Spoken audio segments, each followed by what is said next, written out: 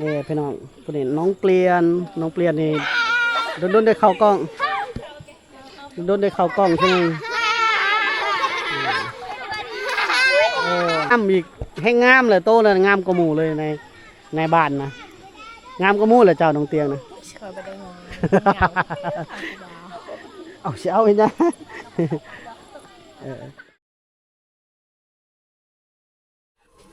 สบายดีพี่น้องสบายดี FC ทุกท่านเนาะยินดีต้อนรับเข้าสู่ซองบาจอยเซโปนพี่น้องอยู่เฮือนน้องเตียงเลยพี่น้องขึ้นมาถึงเฮือนเพิ่นยายเพิ่นกำลังแกงหอยแกงบอนเนาะใช่หอยแกงบอนใส่หอยโอ้อันนี้บ่หอยนี่บ่หอยขมผู้ใดไปหานี่แม่เฒ่านางเตี้ยโอ้ไปหาปานใดเนาะเพิ่นไปหาเนาะไปหาน้ำมันนั่นนำไปชนนั่นเพิ่นได้ขึ้นมาเฮือนเพิ่นพี่น้องเพิ่นนั่งเตียงเลยอยู่พุ่นเลยพี่น้องยังให้อายอยู่แต่ก่อนนี่เป็นเฮือนพ่อเฒ่าเพิ่นนี่เป็นในบ้านได้พี่น้องเอ้ยแต่ก่อนนี่ตะกี้เป็นในบ้านผักน้ำมันทานหม้อโอ้เป็นหัวหน้าบ้านเป็นหัวหน้าเขตพี่น้องเบิ่งก็ใบหยองยอใบประเกียดเกียรติคุณเต็มหมดเลยอยู่นี่กันแล้วผู้ใดเป็นในบ้านซุมื้อนี่ในบ้านซุมื้อนี่ผู้ใดในบ้านเดียวนี่คือบ้านตะนางนี่จะเป็นขึ้นกับบ้านตะนางพุ่นอ๋อโอ้ในบ้านคุมเดิมคุมตะนางคุมฮ้อขึ้นนำกันอยู่พุ่นเนาะโอ้นั่นแหละชีบ้านนี่บ่มีผู้นำชุมชนอยู่นี่มันจึงเป็นอันนี้เนาะเข้าใจนี่น้องเตียงพี่น้องอันนี้ก็เห็ดหน้าตาบูดๆใส่ไอจอยนี่นะสบายดี FC แน่เลยสบายดี FC แน่สบายดีน้องเตียงให้บ่จอยเลยเนาะบ่ได้ทีวีให้เพิ่นว่าบ่เห็นได้โทรทัศน์เด้โอ้ยอย่าเผาให้บ่จอยกว่า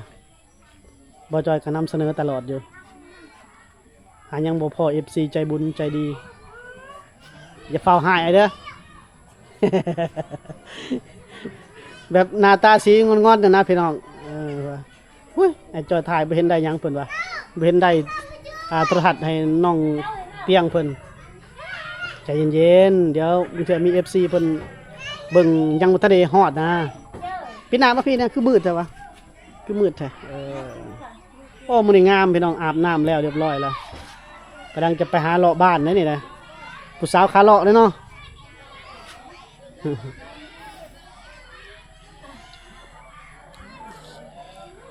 พี่ออกมาพี่ออกมามุงแจ้งพี่หมดสิกัดนะอยู่เสาหันใส่หมูคู่ไปใส่เบิดแหละมีน้องเปลี่ยนน้องเตียงน้องเปลี่ยนกะงอนจากได้โทรศัพท์ท่านก็อ้าวตายเลยเนาะบ่จอยนี่โอ้ยอดวิวปังๆนี่แตกลักล้านนี่ซื้อให้โลด น้องเตียงเบื่อเลยน้องเตียงเห็นบ่จอยพี่น้องเลย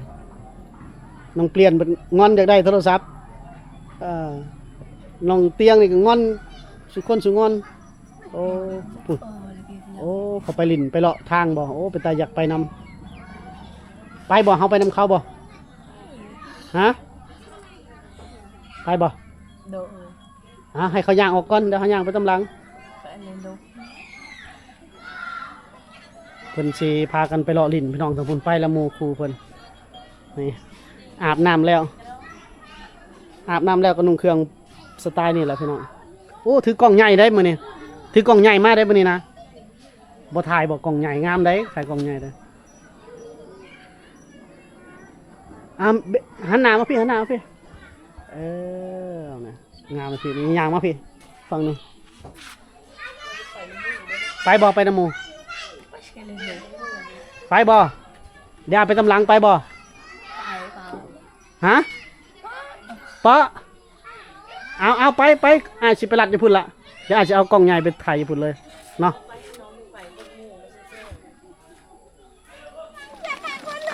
มาพี่เดี๋ยวเจ้านี่พี่น้อง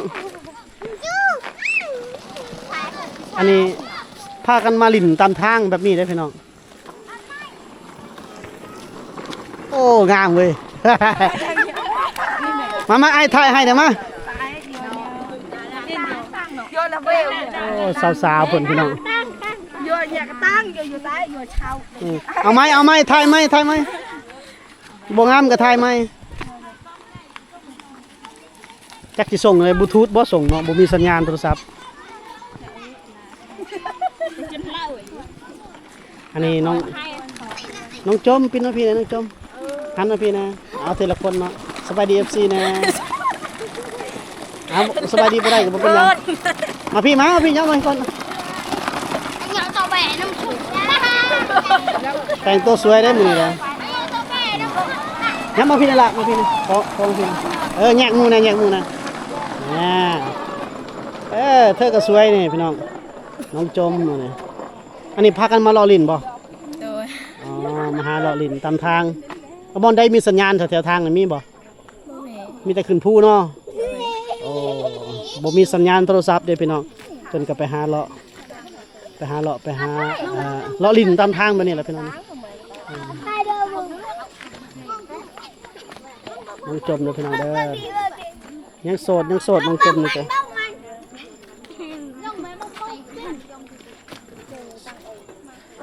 อันยิ้มหน่อยเด้อเดี๋ยวอ้ายถ่ายรูปให้เด้อพอดีเราบรรยากาศค่ำๆเลยแดดอ่อนนะนี่พี่น้องคนนี้น้องเปลี่ยนนี่โดนได้เข้ากล้องใช่ไหม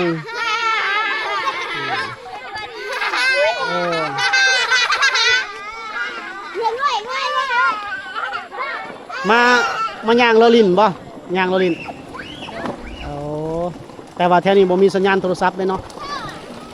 น้องเปลี่ยนนี่ก็บ่มีโทรศัพท์เลยเนาะเฮ็ดได้จังได้ลิ้นโทรศัพท์น้ำหมู่ซะ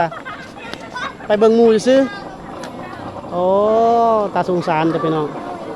เราบ่ได้โทรศัพท์แต่ว่าไปน้ำหมู่น้ำครูไปย่างรอลิ้นน้ำหมู่น้ำครูเพิ่นไปหารับจ้างอยู่พี่น้องเพื่อให้ได้โทรศัพท์แต่ก็ยังบ่ได้อยู่อันยิ้มแน่อย่านั่นหลายเด้ออย่าบูดหลายเด้อเปลี่ยนสวยได้พี่น้องพอดีตะเวนกำลังสิตกดินอย่าอายถ่ายรูปให้กันเด้อถ่ายไปก็บ่ได้โทรศัพท์เอาไปเบิ่งคือเก่าแล้วเนาะ โดย อยากได้บ่โทรศัพท์นะ ได้บ่มีเงินซื้อ บ่มีเงินซื้อโอ้ยพี่น้องถ้าเบิ่งFC ใจบุญเด้ออ้ายคลิปลงมื้อเทื่อมีผู้ FC เพิ่นมาเห็นนะอดใจเย็นก่อนให้อ้ายพยายามนำเสนออีกถ่ายดูให้เพิ่นเห็นเด้ลางเทื่อ FC เพิ่นใจดีเพิ่นก็โอ้น้องเปลี่ยนนี่อยากได้โทรศัพท์เด้เพิ่นว่าเดี๋ยวเพิ่นเมตตาว่าซั่นซะเนาะอดใจรอก่อน น้องเปลี่ยนเพิ่นเนาะพี่น้อง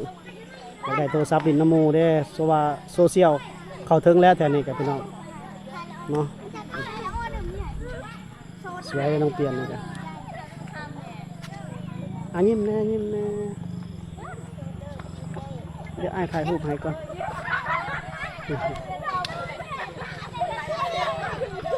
บรรยากาศดีนะหลายคนขนาดเนาะมีแต่ผู้แส่ผู้สาวยังน้องเตียงเลยเนาะน้องเตียงอ้ายถ่ายรูปให้เลยล่ะงามแล้วเจ้านะนี่มาถ่ายกับนี่มะนี่มาถ่ายกับอู้จักบนดิจักผู้ชาย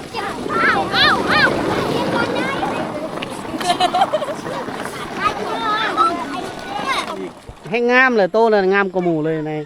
ในบ้านนะงามกว่าหมู่เลยเจ้าน้องเตียงนะ ขอบ่ได้งง เอาเสียเอาไปนะเดี๋ยวไอ้สิถ่ายรูปให้งามเดี๋ยวสีสันสดใสสวยน้องเตียงพี่น้องอีกหนึ่งสาวที่ยังบ่มีโทรศัพท์เพิ่นกางงอนอยู่นี่นะเห็ดซบงออยู่อยากได้โทรศัพท์เด้ยิ้มนะร้อยยิ้มนะเป็นตาแพงใช่เนาะงามแล้วยังบ่มีโทรศัพท์เนาะ โดย โอ้อันนี้ไอ้จอยลงเอาคลิปลงไปเพื่อ FC ใจไอ้ใหญ่ใจดีเพิ่นซื้อโทรศัพท์ให้กับนี้นะสวย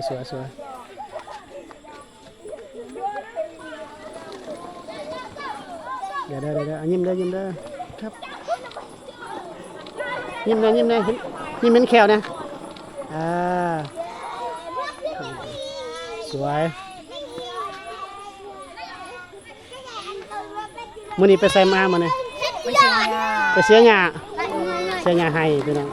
นี่เฮ็ดให้ได้พี่น้องเอ้ยก็ยังงามเนาะเพิ่นอยู่สบายแฮงกะเต็กพี่น้องสาวลูกสาวไห้สาวนาเด้อก็ยังสวย เจ้าเอาไปอ่ะบ่ได้ บรรยากาศข้างหลังก็งามพี่น้องวิวสวยน้องเตียงนี่เด้อพี่น้องเด้อฝากสู่อ้อมอกอ้อมใจ FC เด้อพี่น้องเด้อแล้วสิมาถ่ายน้องเราดูๆยิ้มนะ